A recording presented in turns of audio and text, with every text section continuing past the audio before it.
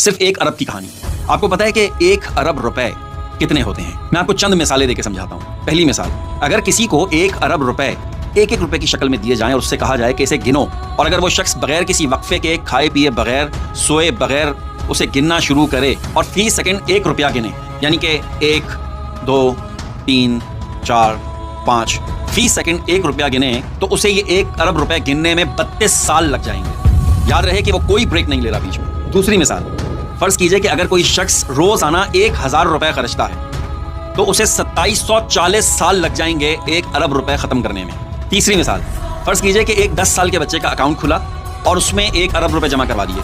اب وہ بچہ روزانہ کی بنیاد پر 30,000 روپے خرچتا ہے. کھلونے خریدے، رشتہ داروں کو بانٹے، کھائے پیے، نوٹوں کی چڑیا بنا کر کے اڑائے، پھر دوسرے دن بھی یہ کام کرے، تیسرے دن بھی یہ کام کرے. اسی طرح سے وہ روزانہ 30,000 روپے مسلسل خرچتا رہے، حتیٰ کہ وہ جوان ہو جائے، بوڑھا ہو جائے، اس کی عمر 100 سال کی ہو جائے اور وہ مر جائے، تب بھی اس کے اکاؤنٹ میں 1.5 کروڑ روپے باقی بچیں گے. اب ایک چوتھی مثال سنیں جو بہت موٹی سی اور مختصر ہے.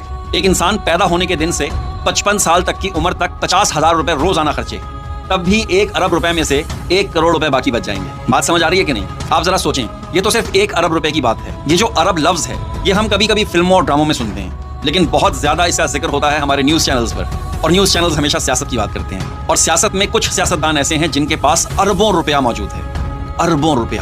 اور اب آپ سوچیں کہ جنہوں نے اربوں روپے کی کرپشن کی ہے یا پھر کسی غلط ذرائع سے اربوں روپے کا غبن کیا ہے، ان کی 7 نسلیں بھی بیٹھ کر کھائیں تو بھی وہ پیسہ ختم نہیں ہوتا ہے. ابھی پچھلے دنوں اقرار الحسن صاحب فرما رہے تھے کہ ہمارے پاکستان میں ایک پیر صاحب ہیں جن کے پاس 11 ارب روپے کی پراپرٹی صرف پنجاب میں ان کے اپنے نام پر ہے.